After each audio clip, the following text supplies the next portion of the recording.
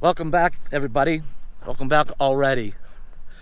We just came down out from the last video. We come down a couple thousand feet, and we come across this old cemetery. And I had to stop here for a minute because I noticed somebody was here and left the gate open. So we want to stop and close that. Okay.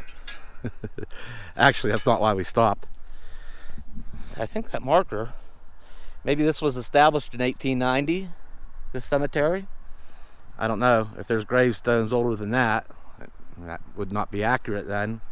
But I think I come to realize something. Let's see, what video was that abandoned town did just a few videos ago? They had the fencing. I think I know why they put the fencing around it. There used to be a lot more cattle and sheep grazing the high country, and I think they put a main fence around the cemetery. But I think in the event that the fencing gave way to a herd, that the graves would be protected from grazing cattle and sheep. I think that's the primary reason why they put fencing around graves. That's just a guess. But I love how ornamental, this fencing is. The Stewart Iron Works from somewhere in Ohio is the manufacturer of this fence. This one doesn't close anymore, but they have a rock holding it shut.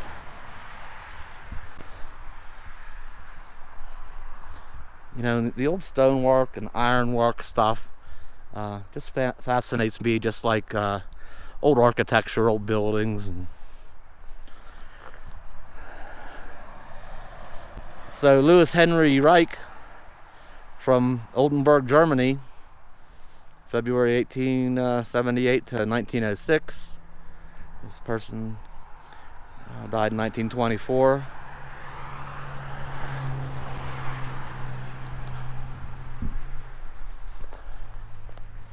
So yeah, I love the old ironworks.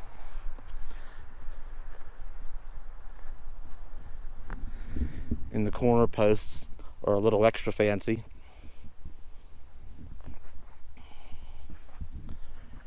These people died in 1918. Another one in 1918 and 1937. This one looks old. Died in 1914. So that marker out front may have been accurate. These, so far it seems, everything is afterwards. Somebody still takes care of these.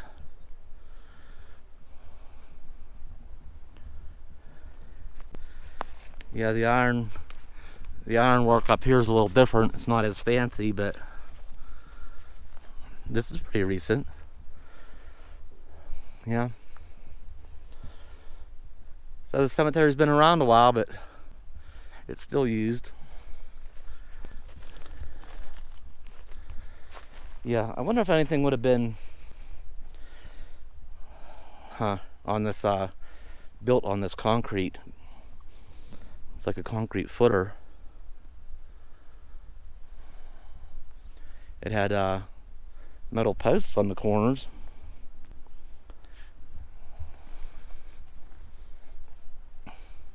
Oh, I thought that was a real stump. It's not.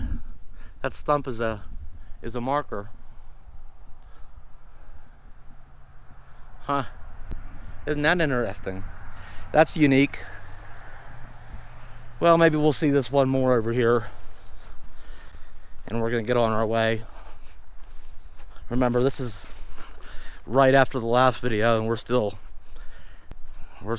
going down in elevation a bit.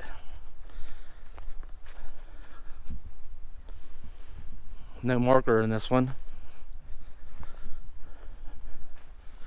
Boy, a big old rugged looking marker in this one.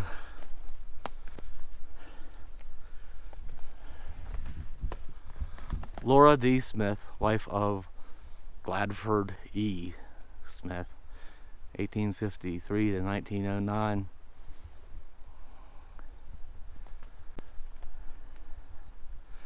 I can't make out what this says.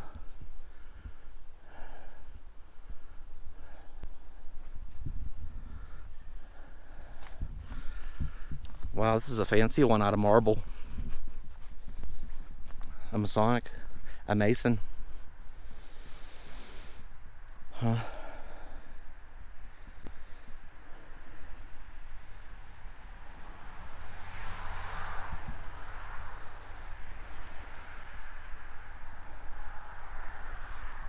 Yeah, something about, you know, loving historical things.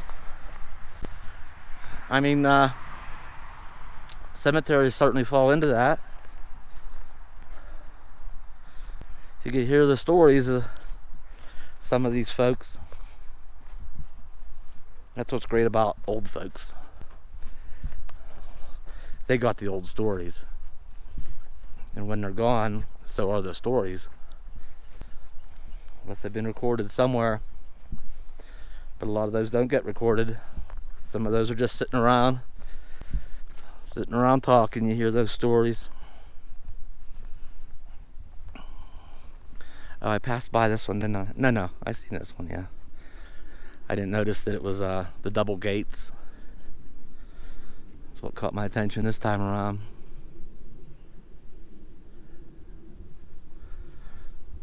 So there's some more out there. Another 1, 2, 3, 4, 5, 6. 6 others out there. Looks like average fencing. They're probably just average people. It was the fancy ones that had the big elaborate fencing and big elaborate stones. They were just common folks probably. Not that they weren't special and unique.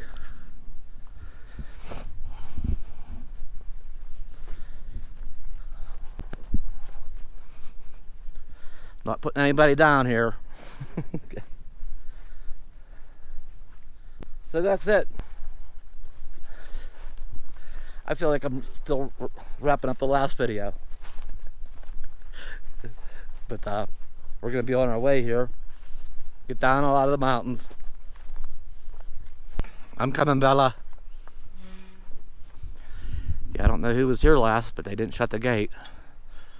But we'll be sure to.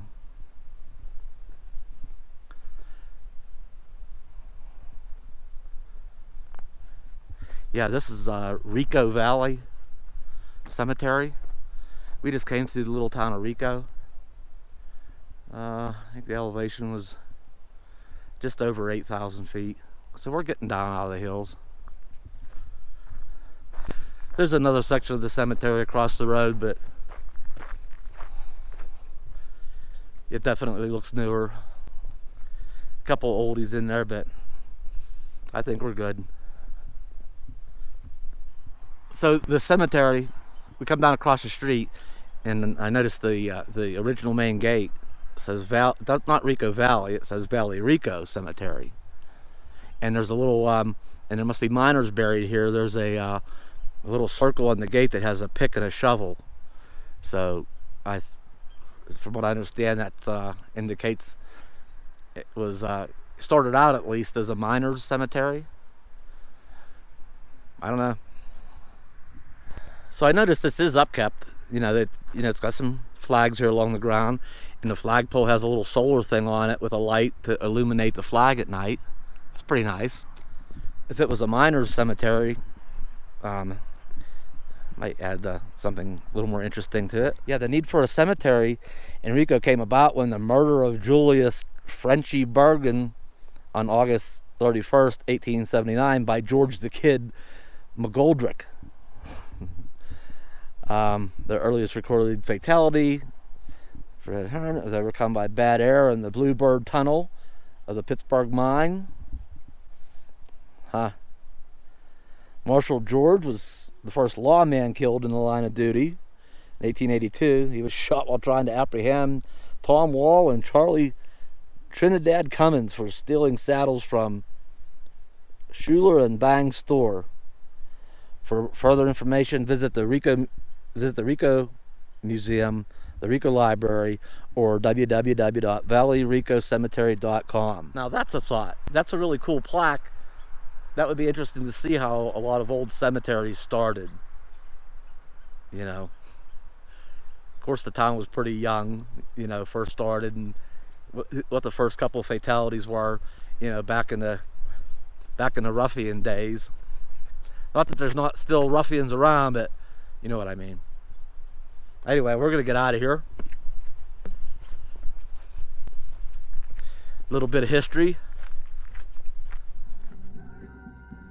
Okay, wait a minute. I think I found something here related to the last video. If you want some more of the story on this, and you haven't seen the last video, you might want to go see the last video.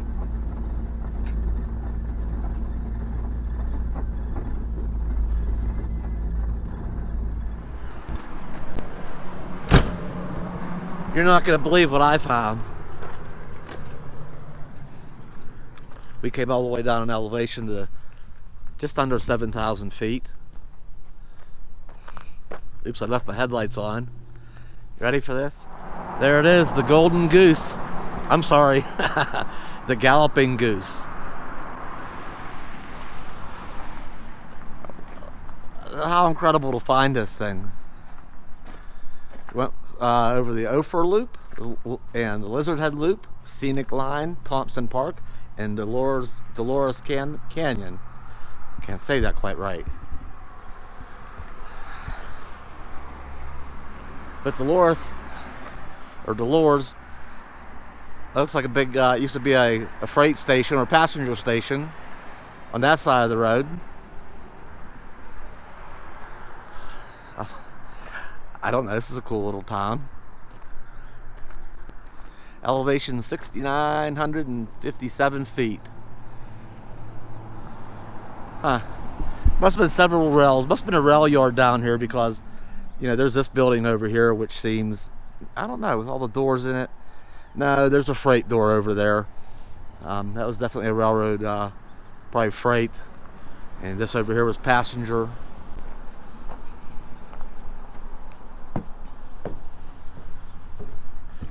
This is pretty cool to find this. Some pretty nice seats in there. I say we take it out for a ride. Get this thing fired up.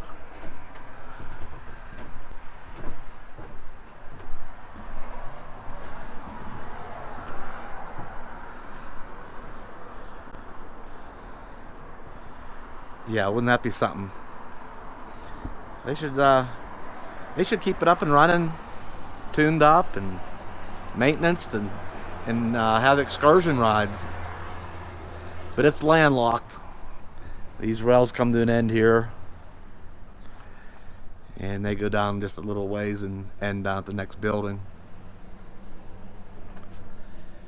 And there's another building up there too that was definitely some type of another rail station.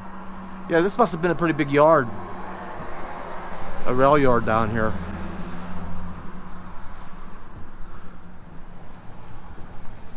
Huh, the Galloping Goose.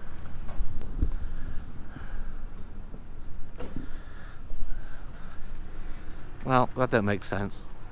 Full day excursions.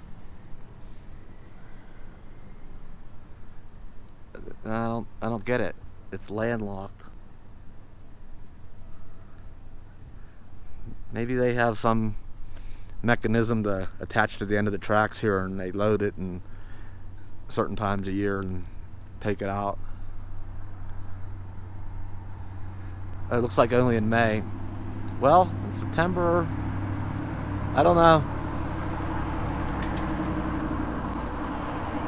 www.gallopinggoose5.org for more information. That'd be interesting. That would be fun. That would be cool. Anyway, maybe we'll just keep this a nice short video with the old cemetery and finding the Galloping Goose. it was a fun little video at the end here anyway. Cemeteries aren't usually fun, but interesting historically, right? That's it for in this video. Like, comment, share, subscribe. I'll see you again soon.